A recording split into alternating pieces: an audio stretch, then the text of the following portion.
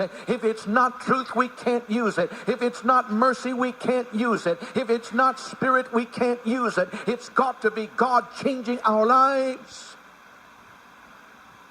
It's God transforming us. People who are wrong, for the most part, never change. I could preach this message to the most critical person. I want to tell you something about criticism. When somebody is talking about everybody else missing the mark, that is a reverse way of saying, I got it together. It's a reverse way of saying, I got it made. I am together. I am together. When we look and see everybody else and nobody does what's right, nobody follows through, nobody, and we look and we just see all that's wrong. That's not what we're saying. We're saying, love me because I am doing it the way it ought to be done. You don't see me missing the mark. You don't see me messing up. You don't see me being embarrassed.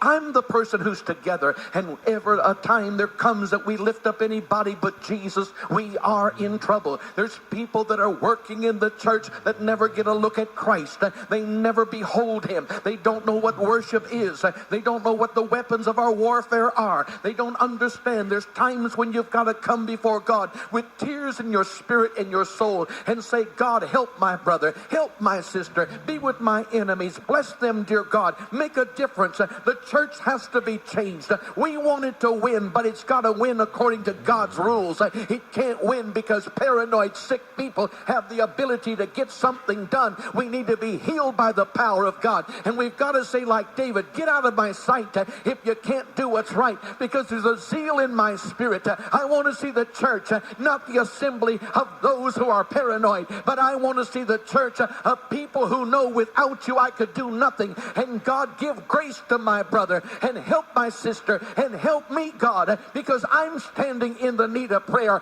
Change my life. Help me, dear God, to be pleasing in your sight.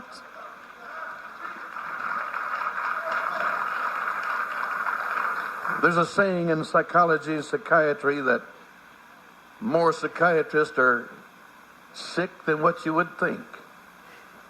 It's kind of a trade talk. Why? Because the study of a subject appeals to the people who have a need. A lot of people in the church, the reason they're drawn is because we have a need. And the church, not what God sees, but what man sees, has a way of endorsing and confirming the value of people who ought to repent and make them look like they're saints when their hearts are far from God. The church can make a hateful person look good. The church can make a critical person look good. The church has that way. As we get into the middle of it and we're doing something, we see the results. Whether it's casting out devils or healing the sick or whatever it is. And we think of that because that's supernatural work. But all the works that gets done by committees, all the works that gets done by planning, all the great things that we do, that comes to confirm us.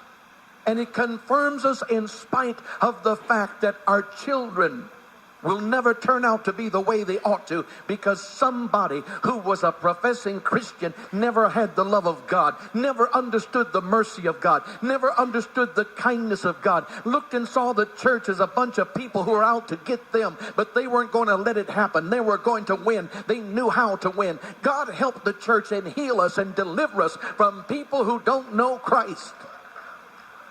Knowing him is not only a knowledge, it is also a relationship. And we've got to come to that place where we allow the Spirit of God to convict us through the things that happen all week long. It's this that causes us to know we stand in the need of prayer. It's this that causes us to understand, God, there's something desperately wrong inside of me. I need to have a clean heart. I need you, dear God, to change me. I need you, God, to rearrange me. I need you, God, to transform my life. Being a pastor of children, I share with you the realization that it's hard to raise children in this generation to be Christ-centered. And I look at my children and I wish I'd had somebody that would follow in ministry. I thank God for the children that I have that go to church. But we always want more from our children. But the Lord showed me something this week, and that is that all the children He gave me, there's not an angry one.